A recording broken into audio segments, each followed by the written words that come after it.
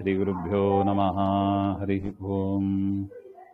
नरसिंहोऽखिलाज्ञानमतध्वान्तदिवाकरः जयत्यमितसज्ञानसुखशक्तिभयोनिधिः व्यासाय भवनाशाय श्रीशाय गुणराशये हृद्याय शुद्धविद्याय मध्वाय च नमो नमः। प्रथमो हनुमान् नाम द्वितीयो भीम एव च पूर्णप्रज्ञस्तृतीयस्तु भगवत्कार्यसाधकः आपादमौलिपर्यन्तं गुरूणाम् आकृतिं स्मरेत् तेन विघ्नाः प्रणश्यन्ति सिद्ध्यन्ति च मनोरथाः।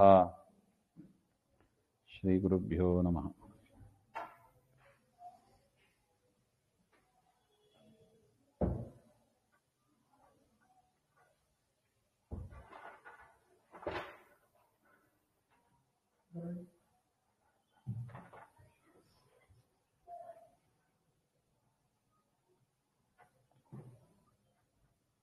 ಮಾತೃಭಾಷಾ ಒಂದು ತಮಿಳಲ್ಲಿ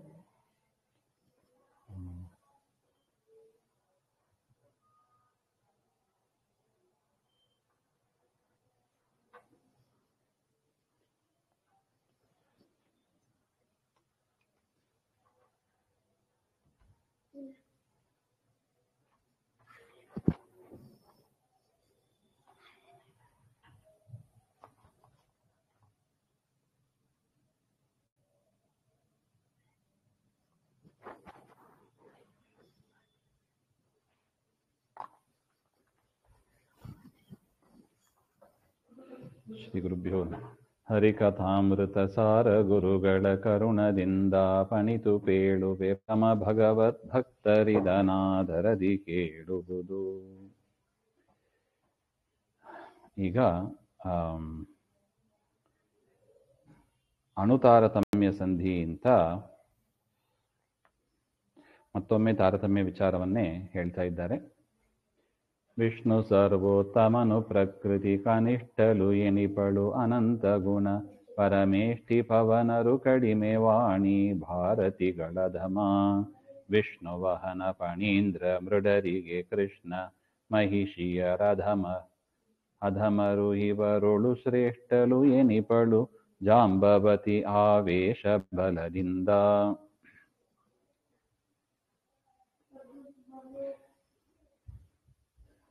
ವಿಷ್ಣು ಸರ್ವೋತ್ತಮನು, ಇದು ಆರೋಹಣ ಕ್ರಮದಲ್ಲಿ ಅವರೋಹಣ ಕ್ರಮದಲ್ಲಿ ಹೇಳ್ತಾ ಇದ್ದಾರೆ. ವಿಷ್ಣು ಸರ್ವೋತ್ತಮನು,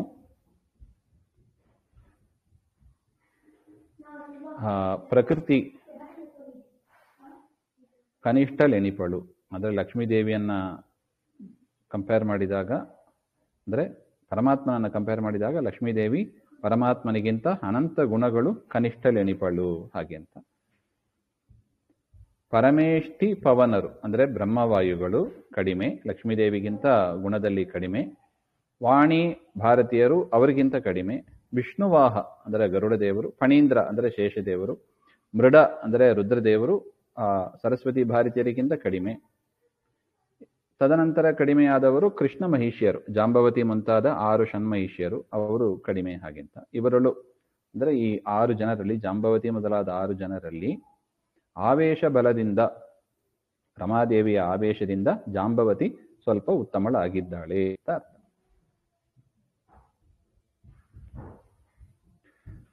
ಪ್ಲವಗ ಪನ್ನಗ ಅಹಿಭೂಷಣ ಯುವತಿಯರು ಸಮತಮ್ಮೊಳಗೆ ಜಾಂಬವತಿಗಿಂತಲಿ ಕಡಿಮೆ ಇವರಿಂದಿಂದ್ರ ಕಾಮರಿಗೆ. ಅವರ ಪ್ರಾಣನು ಕಡಿಮೆ ಕಾಮನ ಕುವರ ಶಚಿ ರತಿದಕ್ಷ ಗುರುಮನು ಪ್ರವಹ ಮಾರುತ ಕೊರತೆ ಎನಿಸುವ 4 ಜನರಿಂದ.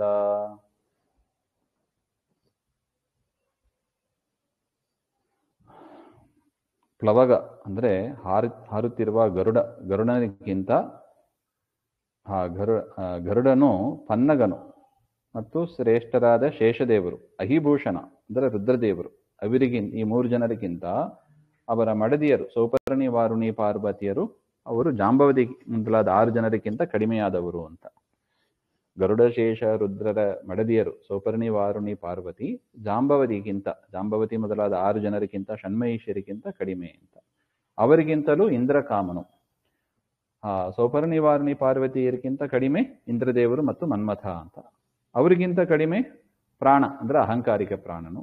ಅವರಿಗಿಂತಲೂ ಕಡಿಮೆ ಕಾಮನ ಕುಬರ, ಕಾಮನ ಮಗನಾದ ಅನಿರುದ್ಧ, ಮತ್ತು ಶಚಿ ಇಂದ್ರನ ಮಡದಿ, ರತಿ ಮನ್ಮಥನ ಮಡದಿ, ದಕ್ಷ ಪ್ರಜಾಪತಿ, ಗುರು ಅಂದ್ರೆ ಬೃಹಸ್ಪತಿ ಆಚಾರ್ಯರು, ಮನು ಅಂದ್ರೆ ಸ್ವಯಂಭವ ಮನು. ಈ 6 ಜನರು ಕೂಡ ಅಧಮರು ಅಂತ. ಅನಿರುದ್ಧನಿಗಿಂತ ಇವರು 6 ಜನ ಕಡಿಮೆ ಇರು ಅಲ್ಲ ಸಾರಿ ಅಹಂಕಾರಿಕ ಪ್ರಾಣನಿಗಿಂತ ಈ 6 ಜನರು ಕಡಿಮೆ. ಅನಿರುದ್ಧ, ಶಚಿ, ರತಿ, ದಕ್ಷ, ಗುರು, ಮನು ಹಾಗೆ ಅಂತ 6 ಜನರು. ಪ್ರವಾಹ ಮಾರುತ ಕೊರತೆ, ಅದೇ ಪ್ರವಾಹವಾಯುಕ್ಕಿಂತ ಕಡಿಮೆಯಲ್ಲಿ ಇದ್ದಾರೆ ಅಂತ ಅರ್ಥ. ಇನ್ನು ಯಮದಿವಾಕರ ಚಂದ್ರಮಾನವಿ ಸಮರು ಗೋಣಪ ಪ್ರವಹ ಗದಮರು ದ್ಯುಮಣಿಗಿಂತಲಿ ವರುಣ ನೀಚನು ನಾರದಾದಮನು ಸುಮನ ಸಾಸ್ಯ ಪ್ರಸೂತಿ ಭೃಗು ಮುನಿ ಸಮರು ನಾರದ ಗದಮರತ್ರಿ ಪ್ರಮುಖ ವಿಶ್ವಾಮಿತ್ರ ವೈವಸ್ತರನಲ ಗದಮ. ಯಮ, ಸೂರ್ಯ, ಚಂದ್ರ ಮತ್ತು ಸ್ವಯಂಭುವ ಮನುವಿನ ಮಡದಿಯಾದ ಶತರೂಪಾದೇವಿ ಈ 4 ಜನರು ಕೂಡ ಸಮರು.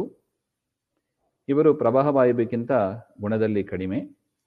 ಇನ್ನು ಸೂರ್ಯ ಮೊದಲಾದ 4 ಜನರಿಗಿಂತಲೂ ದ್ಯುಮನಿಗಿಂತಲೀ ನಾರದರು ಅಧಮರು. ಸುಮನಸಾಸ್ಯ ಅಂದ್ರೆ ದೇವತೆಗಳಿಗೆ ಮುಖವಾಗಿ ಅಂದರೆ ಆಹುತಿಯನ್ನ ತೆಗೆದುಕೊಂಡು ಹೋಗುವ ಅಗ್ನಿ, ಅವರು ನಾರದರಿಗಿಂತಲೂ ಕಡಿಮೆ. ಅಗ್ನಿ, ಪ್ರಸೂತಿ ದಕ್ಷ ಪ್ರಜಾಪತಿಯ ಮಡದಿ, ಭೃಗು ಇವರು 3 ಜನರು ಕೂಡ ಸಮನಾಗಿ ಇದ್ದು ನಾರದರಿಗಿಂತ ಕಡಿಮೆಯಾಗಿ ಇದ್ದಾರೆ. ಅತ್ರಿ ಪ್ರಮುಖ ಅಂದರೆ ಬ್ರಹ್ಮದೇವರ 7 ಜನ ಮಕ್ಕಳು ಸಪ್ತಋಷಿಗಳು ಅಂತ. ಅತ್ರಿ, ಅಂಗಿರಸ್ಸು, ಪುಲಸ್ತ್ಯ, ಪುಲಹ, ಮರೀಚಿ, ಕ್ರತು, ವಸಿಷ್ಠ ಅಂತ ಇವರು, ಮತ್ತು ವಿಶ್ವಾಮಿತ್ರರು, ವೈವಸ್ವತ ಮನು ಇವರೆಲ್ಲರೂ ಕೂಡ ಅನಲಗೆ ಅಧಮ, ಅಗ್ನಿದೇವರಿಗಿಂತ ಕಡಿಮೆ ಅಂತ. ಎಷ್ಟು ಸ್ಪಷ್ಟ ಇದೆ ನೋಡಿ ಇದರಲ್ಲಿ.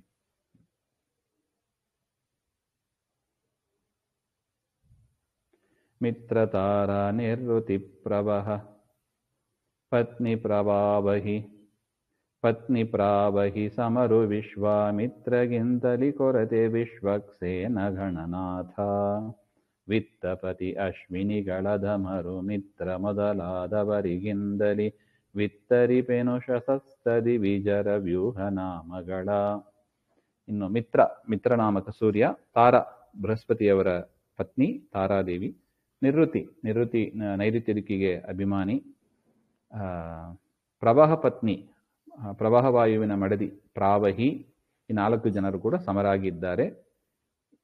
ವಿಶ್ವಾಮಿತ್ರರೇ ಮೊದಲಾದವರಿಗಿಂತ ಅಧಮರಾಗಿ ಇದ್ದಾರೆ ಅಂತ ಅರ್ಥ.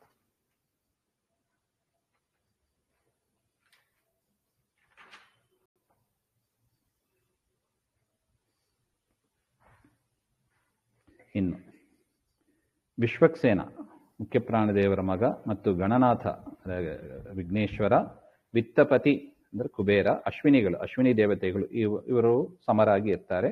ಇವರು ಮಿತ್ರನಾಮಕ ಸೂರ್ಯನಿಗಿಂತಲೂ ಅಧಮರು. ಇನ್ನು ಶತಸ್ಥ ದಿವಿಜರು, 9 ಕೋಟಿ ದೇವತೆಗಳಲ್ಲಿ 100 ದೇವತೆಗಳು ಸೋಮಪಾನ ಅರ್ಹರು ಅಂತ. ಅವರಲ್ಲಿ 15 ಜನ ಹಿಂದೆ ನಾವು ಹೇಳಿಯಾಗಿದೆ. ಅದು ಬಿಟ್ಟು ಇನ್ನು 85 ಜನ ಅವರನ್ನ ಶೇಷ ಶತಸ್ಥರು ಅಂತ ಹೇಳ್ತಾರೆ. ಅವರು ಆ ದೇವತೆಗಳ ವ್ಯೂಹನಾಮಗಳನ್ನ ಹೇಳ್ತೇನೆ ಅಂತ ಅದನ್ನ ಹೇಳ್ತಾ ಇದ್ದಾರೆ.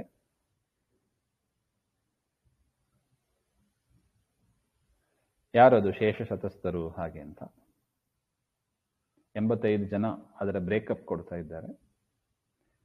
ಮರುತರೊಂಬತ್ತಧಿಕ 42 ಅಶ್ವಿನಿ ವಿಶ್ವದೇವರು 2 5 11 ರುದ್ರರು 12 ಆದಿತ್ಯ ಗುರು ಪಿತೃತ್ರಯರಷ್ಟವಸುಗಳು ಭರತ ದ್ಯಾವ ಪೃಥಿವೀರು ಭುವೆಂದರಿ ಉದಿವರನು ಸೋಮರ ಸಪಾನಾರ್ಹರಹುದೆಂದು. ಮಾರುತರು ಮರುದ್ಗಣಕ್ಕೆ ಸೇರಿದ 49 ಜನ ಮತ್ತು ಅಶ್ವಿನಿ ದೇವತೆಗಳು 2, ಗುರು ಬೃಹಸ್ಪತಿ ಆಚಾರ್ಯರು 1, ರುದ್ರತ್ರಯ ಪಿತೃಗಣದ 3 ಜನ, ಪಿತೃತ್ರಯ 3 ಜನ ಪಿತೃದೇವತೆಗಳು, ಅಷ್ಟವಸುಗಳು 8 ಜನ ವಸುಗಳು, ಭರತ ಅಂದ್ರೆ ಪ್ರಧಾನ ವಾಯುದೇವರು, ಭಾರತಿ ಜುಲೋಕಕ್ಕೆ ಅಭಿಮಾನಿಯಾದ ಭಾರತೀ ದೇವಿ, ಪೃಥ್ವಿ ಮತ್ತೆ ಋಜುಗಣ 1 ಅಂತ ಒಟ್ಟು ಇಷ್ಟು 100 ದೇವತೆಗಳು ಸೋಮಪಾನಾರ್ಹರು ಹಾಗೆ ಅಂತ. ಇವರನ್ನು ಅಂದರೆ ಈ 100 ದೇವತೆಗಳನ್ನು ಸೋಮರಸ ಪಾನಾರ್ಹರವುದೆಂದು, ಯಾಗದಲ್ಲಿ ಸೋಮಪಾನಕ್ಕೆ ಅರ್ಹರು ಹಾಗೆ ಅಂತ ಇವರನ್ನು ಗುರುತಿಸಿದ್ದಾರೆ. ಈ ರೀತಿಯಾಗಿ ನಾವು ತಿಳ್ಕೋಬೇಕು ಅಂತ.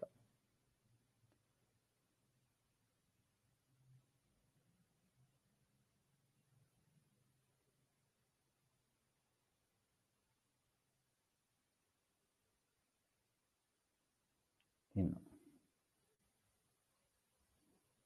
ಈ ದಿವೌಕಸರೊಳಗೆ ಭುಕ್ತರು 5 ಉಳಿದ 85 ಶೇಷರಿಗೆಣೆ ಎಣೆಯೆನಿಸುವರು ಧನಪ ವಿಘ್ನೇಶ.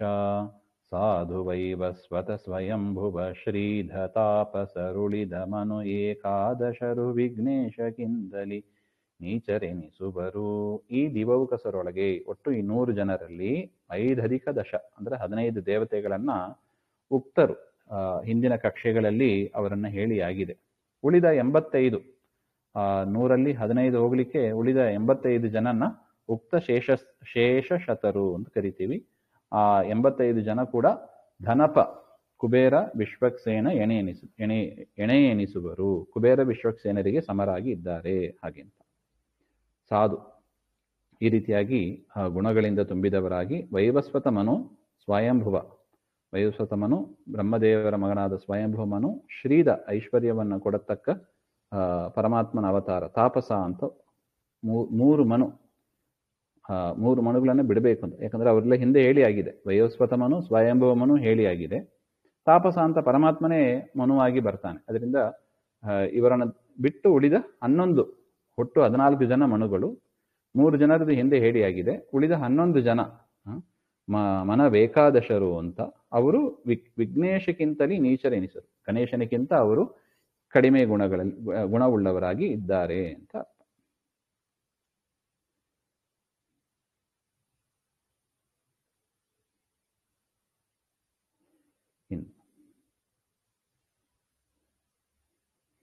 ಚವನನಂದನ ಕವಿ ಬೃಹಸ್ಪತ್ಯವರಜ ಉಚತ್ಯ ಮುನಿ ಪಾವಕ ಧ್ರುವ ನಹುಷ ಶಶಬಿಂದು ಪ್ರಿಯ ವ್ರತನು ಪ್ರಹ್ಲಾದ ಕುವಲಯ ಬರುಕ್ತೇದರಿಂದಲಿ ಅವರ ರೋಹಿಣಿ ಶ್ಯಾಮಲಾ ಜಾಹ್ನವಿ ವಿರಾಟ್ ಪರ್ಜನ್ಯ ಸಂಜ್ಞಾ ದೇವಿಯರು ಅಧಮ. ಇನ್ನು ಚವನನಂದನ, ಚವನರ ಮಕ್ಕಳಾದ ಕವಿ ಅಂದರೆ ಶುಕ್ರಾಚಾರ್ಯರು ಅಂತ ದೈತ್ಯರ ಗುರುಗಳು, ಬೃಹಸ್ಪತಿ ಅವರ ಸಹೋದರ, ಬೃಹಸ್ಪತಿ ಆಚಾರ್ಯರ ಸಹೋದರ ಅಂದ್ರೆ ಉಚಿತ್ಯ, ಶುಕ್ರಾಚಾರ್ಯರು ಮತ್ತು ಉಚಿತ್ಯ ಮುನಿ ಮತ್ತು ಪಾವಕ ಪ್ರಧಾನ ಅಗ್ನಿಯ ಮಗನಾದ ಪಾವಕ ಮತ್ತು ಧ್ರುವ, ನಹುಷ, ಶಶಿಬಿಂದು, ಪ್ರಿಯವ್ರತ, ಪ್ರಹ್ಲಾದ, ಕುವಲಯಪರು ಇವೇ ಮೊದಲಾದ ರಾಜರು. ಉಕ್ತೇದರಿಂದಲಿ ಆ ಉಕ್ತ ಶೇಷರಿಗಿಂತ ಇವರು ಕಡಿಮೆಯಾಗಿ ಇದ್ದಾರೆ. ನೆಕ್ಸ್ಟ್ ಕಕ್ಷೆಯಲ್ಲಿ ಇವರೆಲ್ಲ ಬರ್ತಾರೆ. ಇನ್ನು ರೋಹಿಣಿ ಅಂದರೆ ಚಂದ್ರನ ಮಡದಿ ರೋಹಿಣಿ, ಯಮನ ಮಡದಿ ಶ್ಯಾಮಲಾದೇವಿ, ಜಾಹ್ನವೀಂದ್ರ ಗಂಗಾದೇವಿ, ಅನಿರುದ್ಧನ ಮಡದಿ ಉಷಾದೇವಿ, ಅವರನ್ನ ವಿರಾಟ್ ಅಂತ ಕರೀತಾರೆ. ಮತ್ತು ಪರ್ಜನ್ಯ ಅಂದರೆ ಈ ಹೆಸರಿನ ಸೂರ್ಯ, ಸಂಜ್ಞಾದೇವಿಯರು, ವಿವಸ್ವಾನ್ ಎನ್ನುವ ಸೂರ್ಯನ ಮಡದಿ ಸಂಜ್ಞಾದೇವಿ, ಇವರೆಲ್ಲರೂ ಕೂಡ ಸಮರಾಗಿ ಹಿಂದೆ ಹೇಳಿದ ರಾಜರು ನಹುಷ ಮುಂತಾದ ರಾಜರಿಗಿಂತ ಅವರು ಕಡಿಮೆಯಾಗಿ ಇದ್ದಾರೆ ಅಂತ ಅರ್ಥ. ಯುನದಿಕ್ಕಿಂತಲಿ ನೀಚರೆನಿಪರು ಅನಭಿಮಾನಿ ದಿವೌಕಸರು ಕೇಚನ ಮುನಿಗಳಿಗೆ ಕಡಿಮೆ ಸ್ವಾಹ ದೇವಿ ಗದಮ ಬುಧ ಎಣಿಸುವಲು ದೇವಿ ನೀಚಲು ಶನಿ ಕಡಿಮೆ ಕರ್ಮಾಧಿಪತಿ ಸದ್ವಿನುತ ಪುಷ್ಕರ ನೀಚನೆನಿಸುವ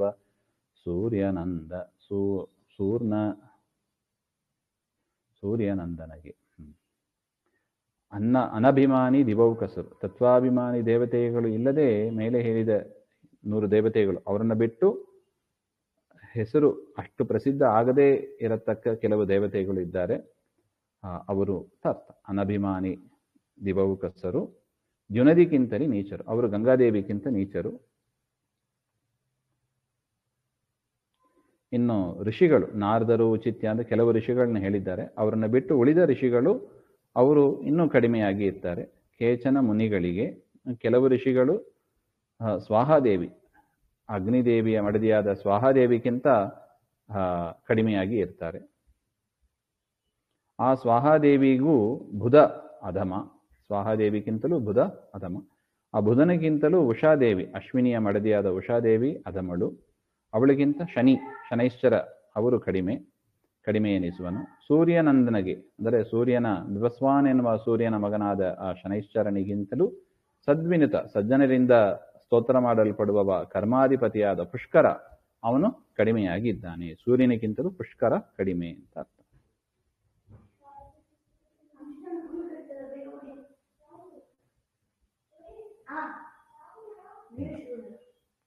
ಕೊರತೆ ಎನಿಪರು ಶೇಷ ಋಷಿ ಪುಷ್ಕರಗೆ ಊರ್ವಶಿ ಮುಖ್ಯ ಶದವಪ್ಸರರು ತುಂಬುರ ಮುಖರು ಆಜಾನಜರೆನಿಸುತಿಹರು. ಕರೆಸುವುದು ಅನಲಗಣ 40 ಚತುರದಶ ದ್ವ್ಯಷ್ಟ ಸಾವಿರ ಹರಿಮಡದಿಯರು ಸಮರೆನಿಸುವರು ಬಿಂದೆ ಪೇಳ್ದರಿಗೆ.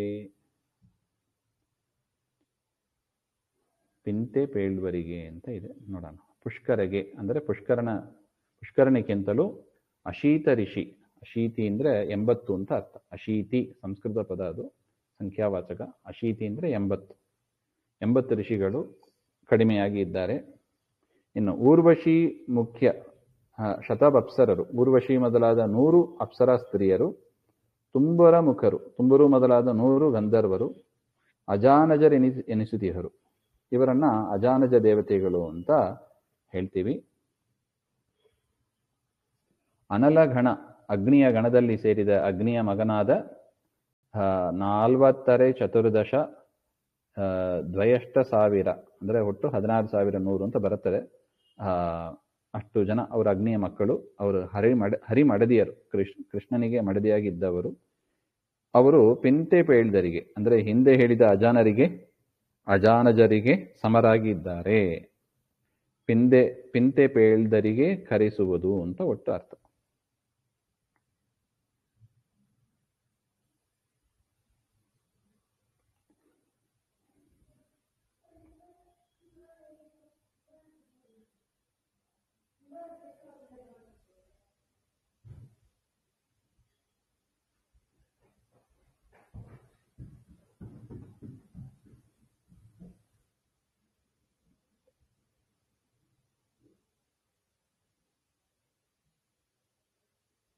ಇನ್ನು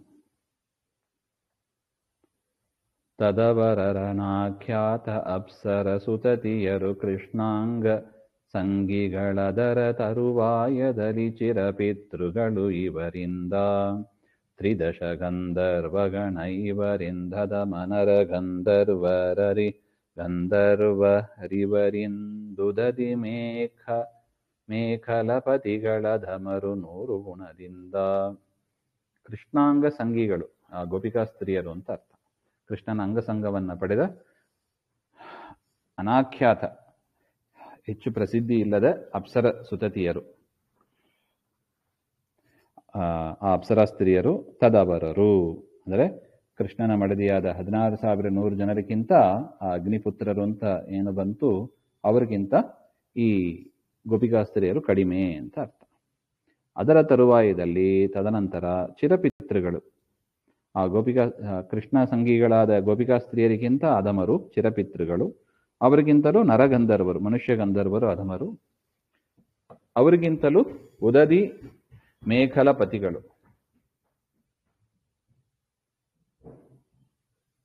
ಅಂದರೆ ಭೂಮಿಯನ್ನು ಆಳತಕ್ಕ ರಾಜರು ಅಂತ, ಭೂಪತಿಗಳು ಅಂತ, ಅವರು 100 ಗುಣದಿಂದ ಅಧಮರಾಗಿದ್ದಾರೆ ಅಂತ ಅರ್ಥ. ಇನ್ನು ಪೃಥಿವೀಪತಿಗಳಿಗಿಂತ ಶತಮನುಜೋತ್ತಮರು ಕಡಿಮೆನಿಪರುವರಿಂದುದ್ಧರೋತ್ತರ 100 ಗುಣದಿಂದಧಿಕರಾಧವರ. ನಿತ್ಯದಲ್ಲಿ ಚಿಂತಿಸುತ್ತ ನಮಿಸುತ್ತ ಭೃತ್ಯನಾಹುದೆಂಬ ಭಕ್ತರ ಚಿತ್ತದಲ್ಲಿ ನೆಲೆಕೊಂಡು ಕರುಣಿಪ ಅಖಿಲ ಸೌಖ್ಯಗಳ. ಈ ಪೃಥ್ವೀಪತಿಗಳಿಂದ, ಈ ಮೇಲೆ ಹೇಳಿದ ರಾಜರಿಗಿಂತ ಮನುಷ್ಯೋತ್ತಮರು ಕಡಿಮೆ ಎನಿಪರು, 100 ಗುಣದಿಂದ ಅಧಮರಾಗಿದ್ದಾರೆ. ಇವರಿಂದ, ಈ ಮನುಷ್ಯೋತ್ತಮರಿಂದ ತೆಗೆದುಕೊಂಡು ಉತ್ತರೋತ್ತರ ಆರೋಹಣ ಕ್ರಮದಲ್ಲಿ 100 ಗುಣದಿಂದ ಅಧಿಕರಾದವರ 100 ಗುಣಗಳು, ಈ ಕಕ್ಷೆ ಯಾಕೆ ಬಂತು ಅಂದ್ರೆ 100 ಗುಣಗಳು ಕಡಿಮೆಯಾಗಿದ್ದಾರೆ ಅಂತ. ಆ ರೀತಿಯಾಗಿ ಉತ್ತಮರಿಗಿಂತ ಕಡಿಮೆಯವರು 100 ಗುಣದಿಂದ ಕಡಿಮೆ ಗುಣಗಳು ಉಳ್ಳವರಾಗಿದ್ದಾರೆ ಅಂತ ತಿಳಿದು ನಿತ್ಯದಲ್ಲಿ ಚಿಂತಿಸುತ್ತಾ, ಈ ರೀತಿಯಾಗಿ ಪ್ರತಿ ದಿವಸ ಚಿಂತಿಸುತ್ತಾ ನಮಿಸುತ್ತಾ ಅವರನ್ನು ಸ್ಮರಿಸಿ ನಮನ ಮಾಡಿ ಭೃತ್ಯನು ನಾನು, ಇವರೆಲ್ಲರ ಭೃತ್ಯನು ನಾನು ಎಂಬ ಭಕ್ತರ ಈ ರೀತಿಯಾಗಿ ಯಾರು ತಿಳ್ಕೊಂಡಿದ್ದಾರೆ, ಚಿತ್ತದಲ್ಲಿ ನೆಲೆಗೊಂಡು ಅವರ ಮನಸ್ಸಿನಲ್ಲಿ ಪರಮಾತ್ಮ ಇದ್ದು ಅಖಿಲ ಸೌಖ್ಯಗಳ ಕರುಣಿಪರು, ಎಲ್ಲ ಸೌಖ್ಯವನ್ನು ಕೊಡ್ತಾನೆ ಅಂತ. ಅದರಿಂದ ಈ ಏನು ತಾರತಮ್ಯ ಕಕ್ಷೆ 32 ಕಕ್ಷೆ ಅಂತ ಏನಿದೆ, ಅಲ್ಲಿರುವ ಎಲ್ಲರಿಗೂ ಕೂಡ ನಾನು ದಾಸ ಎನ್ನುವ ಭಾವನೆ, ಕೇವಲ ಪರಮಾತ್ಮನಿಗೆ ಮಾತ್ರ ಅಲ್ಲ, ಇವರು ಯಾರ್ಯಾರು ತಾರತಮ್ಯದಲ್ಲಿ ಉತ್ತಮರಾಗಿದ್ದಾರೆ ಇವರೆಲ್ಲರಿಗಿಂತಲೂ ನಾನು ದಾಸ, ಅವರು ಹೇಳಿದಂಗ ನಾವು ಕೇಳಬೇಕು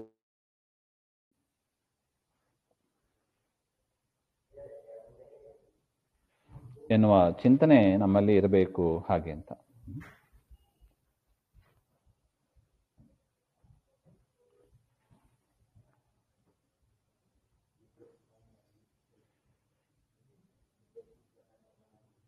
ಇನ್ನು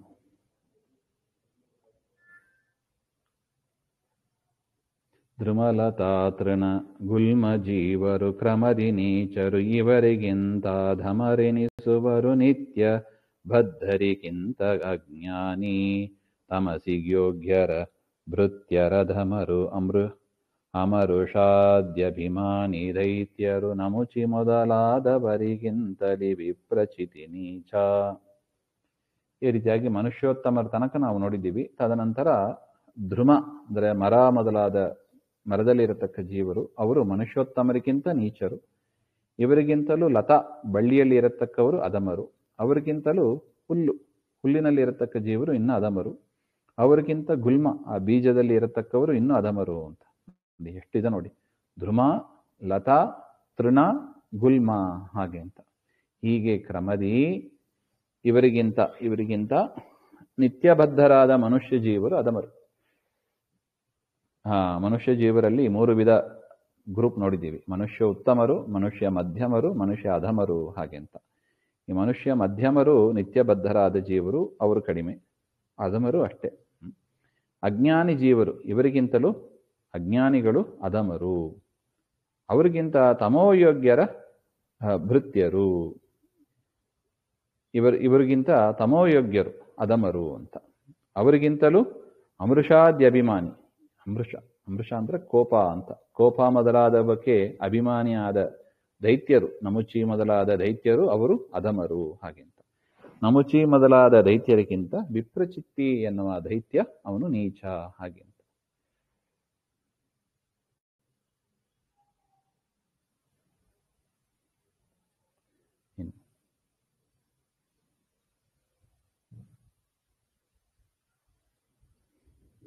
ಅಲಕುಮಿಯುತ ನೀಚಳೆಣಿಪಲು ಕಲಿಪರಮನಿ ಚದಮನಿವನಿಂದುಳಿದ ಪಾಪಿಗಳಿಲ್ಲ ನೋಡಲು ಈ ಜಗತ್ರಯದಿ. ಮಲ ವಿಸರ್ಜನ ಕಾಲದಲ್ಲಿ ಕತ್ತಲೆಯೊಳಗೆ ಕಶ್ಮಲ ಕುಮಾರ್ಗ ಸ್ಥಳಗಳಲ್ಲಿ ಚಿಂತನೆಯ ಮಾಳ್ಪರು ವಲ್ಲಭರು ನಿತ್ಯ. ಅಲಕುಮಿಯು ಅಂದರೆ ಸಮುದ್ರ ಮಥನ ಮಾಡುವಾಗ ಲಕ್ಷ್ಮಿ ಬರ್ತಾಳೆ. ಆ ಲಕ್ಷ್ಮೀದೇವಿಗಿಂತಲೂ ಮೊದಲು ಹುಟ್ಟಿದವಳು ಕಲಿಯ ಮಡದಿಯಾದ ಅಲಕ್ಷ್ಮಿ ಅಂತ. ಅದರಿಂದ ಅವಳನ್ನ ಜ್ಯೇಷ್ಠಾದೇವಿ ಅಂತಲೂ ಕರೆಯೋದುಂಟು.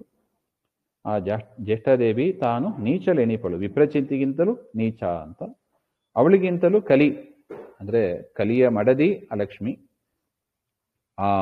ಅವಳಿಗಿಂತಲೂ ನೀಚನಾಗಿ ಕಲಿ ಇದ್ದಾನೆ. ಕಲಿ ಪರಮನೀಚ ಅಂತ. ಅವನಿಗಿಂದುಳಿದ ಈ ಜಗತ್ರಯದಿ ನೋಡಲು ಪಾಪಿಗಳಿಲ್ಲ. ಆ ಕಲಿಗಿಂತ ನೀಚನಾದ 3 ಲೋಕದಲ್ಲೂ ಯಾರು ಪಾಪಿಷ್ಟರು ಅಂತ ಇಲ್ಲ. ಅವನೇ ಮಹಾನೀಚ, ಪರಮನೀಚ. ಇವನನ್ನು ಯಾವಾಗ ಚಿಂತನೆ ಮಾಡಬೇಕು ಅಂದ್ರೆ ಮಲ ವಿಸರ್ಜನ ಕಾಲದಲ್ಲಿ ಇವನನ್ನ ಚಿಂತನೆ ಮಾಡಬೇಕು. ಮತ್ತು ಕತ್ತಲೆಯೊಳಗೆ, ಯಾವಾಗ ನಾವು ಕತ್ತಲೆಯಲ್ಲಿ ಇರ್ತೀವಿ ಆಗ ಚಿಂತನೆ ಮಾಡಬೇಕು. ಕಶ್ಮಲ ಕುಮಾರ್ಗ ಸ್ಥಳಗಳಲ್ಲಿ ಹೋಗೋದಕ್ಕೆ ಕುಮಾರ್ಗ ಕೆಟ್ಟ ಮಾರ್ಗ, ಕಠೋರವಾದ ಮಾರ್ಗ, ಆ ಥರ ಮಾರ್ಗದಲ್ಲಿ ಹೋಗುವಾಗ ಇವನನ್ನ ಚಿಂತನೆ ಮಾಡಬೇಕು ಅಂತ. ಈ ರೀತಿಯಾಗಿ ಬಲ್ಲವರು ಅಂದ್ರೆ ಜ್ಞಾನಿಗಳು ನಿತ್ಯ ಚಿಂತನೆಯ ಮಾಡುವರು, ಕಲಿಯನ್ನ ಈ ರೀತಿಯಾಗಿ ಚಿಂತನೆ ಮಾಡ್ತಾರೆ ಹಾಗೆ ಅಂತ ಅರ್ಥ. ಅಲ್ಲ ದೇವರ ಸ್ಮರಣೆ ಮಾಡಬೇಕು, ಕಲಿಯ ಸ್ಮರಣೆ ಮಾಡ್ತೇವಲ್ಲ ಹಾಗೆಂದ್ರೆ ಆ ಕಲಿಯನ್ನ ನಾವು ಕಠೋರ ಅಂತ ತಿಳ್ಕೋಬೇಕು. ಮಲ ವಿಸರ್ಜನೆ, ಅದಕ್ಕೆ ಮಲ ವಿಸರ್ಜನೆ ಮಾಡುವಾಗ ಅವನನ್ನ ವಿಸರ್ಜನೆ ಮಾಡತಕ್ಕದ್ದು ನಾವು, ಮನಸ್ಸೊಳಗೆ ಇದ್ದಾನೆ ಅವನನ್ನು ವಿಸರ್ಜನೆ ಮಾಡಬೇಕು. ಅವನು ಹೇಗಿರ್ತಾನೆ? ಕತ್ತಲೆಯ ರೂಪದಲ್ಲಿ ಇದ್ದಾನೆ, ಅದರಿಂದ ಕತ್ತಲೆಯಲ್ಲಿ ಚಿಂತನೆ ಮಾಡಬೇಕು. ಇನ್ನು ದಾರಿ ಕಠಿಣವಾದ ಕೆಟ್ಟ ಮಾರ್ಗಗಳು ಅಂತ ಏನಿರುತ್ತವೆ ಅದಲ್ಲಿ ಹೋಗುವಾಗ, ಯಾಕೆ ಅವನನ್ನ ಅವಲಂಬಿಸಿ ಹೋದವರಿಗೆ ಇಂಥ ಕಷ್ಟ ಮಾರ್ಗವೇ ಸಿಗೋದು, ಸುಖ ಮಾರ್ಗ ಸಿಗೋದಿಲ್ಲ ಎಂಬ ಒಂದು ಚಿಂತನೆ ಅದರಲ್ಲಿದೆ. ಅದರಿಂದ ಎಂದಿಗೂ ಕೂಡ ಕತ್ತಲೆಯನ್ನಾಗಲಿ ದುಷ್ಟ ಮಾರ್ಗವನ್ನಾಗಲಿ, ಕತ್ತಲೆ ಅಂದರೆ ಅಜ್ಞಾನವನ್ನಾಗಲಿ ದುಷ್ಟ ಮಾರ್ಗವನ್ನಾಗಲಿ ನಾವು ಹಿಡಿಬಾರ್ದು ಅಂತ ಅರ್ಥ.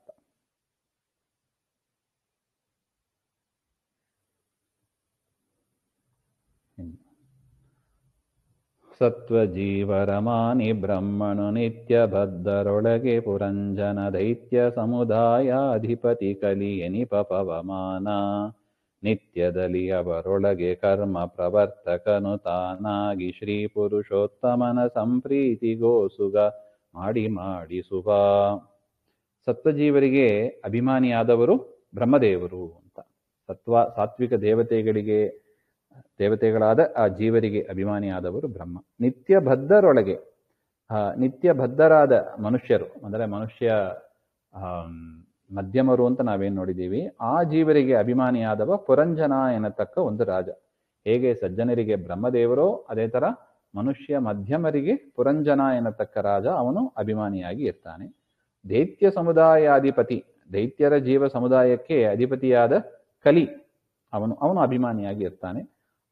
ಈ ರೀತಿಯಾಗಿ ಎಲ್ಲರಲ್ಲೂ ಕೂಡ ಪವಮಾನ ವಾಯುದೇವರು ಪುರುಷೋತ್ತಮನ ಸಂಪ್ರೀತಿಗೋಸುಗ, ಪರಮಾತ್ಮನ ಪ್ರೀತಿಗಾಗಿ ನಿತ್ಯದಲ್ಲಿ ಅವರೊಳಗೆ ಆ ಪುರಂಜನ ಎನ್ನುವ ರಾಜನಲ್ಲಿ ಕಲಿ ಮೊದಲಾದ ದೈತ್ಯರಲ್ಲಿ ಇದ್ದು ಕರ್ಮ ಪ್ರವರ್ತಕನು ತಾನಾಗಿ ಅವರವರಿಗೆ ಯೋಗ್ಯತೆಗೆ ತಕ್ಕಂತೆ ಕರ್ಮಗಳನ್ನ ತಾನು ಮಾಡಿ ಅವರ ವತಿಯಿಂದ ಮಾಡಿಸಿ ಅವರನ್ನ ಕರ್ಮಬದ್ಧರನ್ನಾಗಿ ವಾಯುದೇವರು ಮಾಡ್ತಾರೆ. ಯಾಕೆ?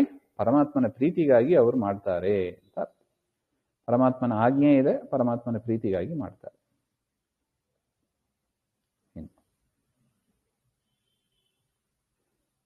ಪ್ರಾಣದೇವನು ತ್ರಿವಿಧರೊಳಗೆ ಪ್ರವೀಣ ತಾನೆಂದೆಣಿಸಿ ಅಧಿಕಾರಾನುಸಾರದಿ ಕರ್ಮಗಳ ಮಾಡಿಸುವ.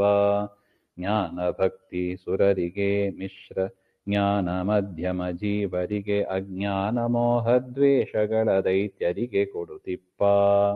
ಈ ಪ್ರಾಣದೇವರು ಏನ್ ಮಾಡ್ತಾರೆ ಹಾಗೆಂದ್ರೆ ತ್ರಿವಿಧರೊಳಗೆ 3 ವಿಧವಾದ ಜೀವರಾಶಿಗಳು, ದೇವ ಮಾನವ ದಾನವ ಹಾಗೆ ಅಂತ. ದೇವತೆಗಳು, ಮಾನವ ಅಂದ್ರೆ ಮನುಷ್ಯರು, ದಾನವ ಅಂದ್ರೆ ದೈತ್ಯರು. ಈ ರೀತಿಯಾಗಿ ಸಾತ್ವಿಕರು, ರಾಜಸರು, ತಾಮಸರು ಅಂತ 3 ವಿಧವಾದ ಜೀವರಾಶಿಗಳಲ್ಲಿ ಇದ್ದು ಪ್ರವೀಣ ತಾನೆಂದೆನಿಸಿ ತಾನು ಮಹಾಸಮರ್ಥ ಅಂತ ಚಿಂತಿಸಿ ಅಧಿಕಾರಾನುಸಾರದಿ ಅವರವರ ಯೋಗ್ಯತೆಗೆ ತಕ್ಕಂತೆ, ಜೀವರ ಯೋಗ್ಯತೆಗೆ ತಕ್ಕಂತೆ ಕರ್ಮಗಳ ಮಾಡಿ ಅವರ ಒಳಗಿದ್ದು ಕರ್ಮಗಳನ್ನು ತಾನು ಮೊದಲು ಮಾಡಿಸುವ, ಅವರಿಂದಲೂ ಜೀವರಿಂದಲೂ ಕೂಡ ಮಾಡಿಸಿ, ಸುರರಿಗೆ ದೇವತಾ ಜೀವರಿಗೆ ಮುಕ್ತಿಯೋಗ್ಯರಿಗೆ ಜ್ಞಾನ ಭಕ್ತಿಯಾದಿಗಳನ್ನು, ಪರಮಾತ್ಮನ ಜ್ಞಾನ ಭಕ್ತಿ ಇವುಗಳನ್ನು ಕೊಟ್ಟು, ಇನ್ನು ಮಧ್ಯಮ ಜೀವರಿಗೆ ಮಿಶ್ರ ಜ್ಞಾನ ಅಂದರೆ ಪುಣ್ಯ ಪಾಪ ಜ್ಞಾನ ಅಜ್ಞಾನ ಎರಡನ್ನು ಕೂಡ ಮಿಶ್ರ ಮಾಡಿ ನಿತ್ಯ ಸಂಸಾರಕ್ಕೆ ಸಾಧನೆ ಅದು ಆ ಜ್ಞಾನವನ್ನು ಕೊಟ್ಟು, ದೈತ್ಯರಿಗೆ ಅಜ್ಞಾನ ಮೋಹ ದ್ವೇಷಗಳ ಇವುಗಳನ್ನು ಕೊಡುತ್ತಿಪ್ಪ, ಇವುಗಳನ್ನು ಕೊಡ್ತಾರೆ. ಕೊಟ್ಟು ಅವರವರಿಗೆ ಈ ರೀತಿಯಾಗಿ ಸಾಧನೆಯನ್ನ ಮಾಡಿಸಿ ಅವರಿಗೆ ಯೋಗ್ಯವಾದ ಗತಿ, ಸಾತ್ವಿಕರಿಗೆ ಮೋಕ್ಷ, ಮನುಷ್ಯ ಮಧ್ಯಮರಿಗೆ ನಿತ್ಯ ಸಂಸಾರ, ಇನ್ನು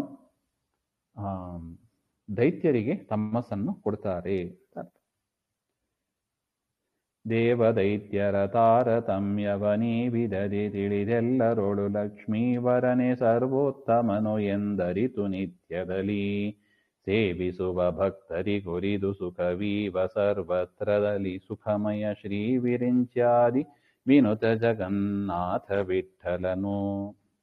ದೇವದೈತ್ಯರ ತಾರತಮ್ಯವ ಈ ವಿಧದಿ ತಿಳಿದು, ದೇವತೆಗಳ ದೈತ್ಯರ ತಾರತಮ್ಯ ಈ ಪದ್ಯದಲ್ಲಿ ಹೇಳಿದ್ದಾರೆ, ಈ ಸಂಧಿಯಲ್ಲಿ ಅದನ್ನು ತಿಳಿದು, ಈ ರೀತಿಯಾಗಿ ತಿಳಿದು ಲಕ್ಷ್ಮೀವರನೇ ಸರ್ವೋತ್ತಮನು, ಲಕ್ಷ್ಮೀಪತಿಯಾದ ನಾರಾಯಣನೇ ಸರ್ವೋತ್ತಮನಾಗಿದ್ದಾನೆ, ಎಲ್ಲರಲ್ಲೂ ವ್ಯಾಪ್ತನಾಗಿದ್ದಾನೆ ಅಂತ ಅರಿತು, ಈ ರೀತಿಯಾಗಿ ತಿಳಿದು ನಿತ್ಯದಲ್ಲಿ ಸೇವಿಸುವ ಭಕ್ತರಿಗೆ, ಯಾರು ಈ ರೀತಿಯಾಗಿ ಸ್ಮರಣೆ ಪೂರ್ವಕ ದೇವರನ್ನ ಸೇವೆ ಮಾಡ್ತಾರಲ್ವಾ, ಅವರಿಗೆ ಒಲಿದು ಪರಮಾತ್ಮ ಅವರಲ್ಲಿ ಸಂಪ್ರೀತನಾಗಿ ಸುಖಮಯ ಆನಂದ ಸ್ವರೂಪನಾದ ಶ್ರೀ ವಿರಿಂಚಾದ್ಯಮರನುತ, ಶ್ರೀ ಅಂದ್ರೆ ಲಕ್ಷ್ಮೀದೇವಿ, ವಿರಿಂಚ ಅಂದ್ರೆ ಬ್ರಹ್ಮದೇವರು, ರಮಾ ಬ್ರಹ್ಮ ಮೊದಲಾದ ದೇವತೆಗಳಿಂದ ಸ್ತೋತ್ರ ಮಾಡಲ್ಪಡುವವನಾದ ಜಗನ್ನಾಥ ಬಿಟ್ಟಲ, ಜಗತ್ತಿಗೆ ನಾಥನಾದ ಎಲ್ಲರನ್ನು ಪ್ರಳಯ ಕಾಲದಲ್ಲಿ ನುಂಗುವವನಾದ ಪರಮಾತ್ಮ ಸರ್ವತ್ರದಲ್ಲಿ, ಅಂದರೆ ಸಂಸಾರದಲ್ಲಿ ಇರಬಹುದು, ಮೋಕ್ಷವನ್ನು ಪಡೆದ ಮೇಲೆ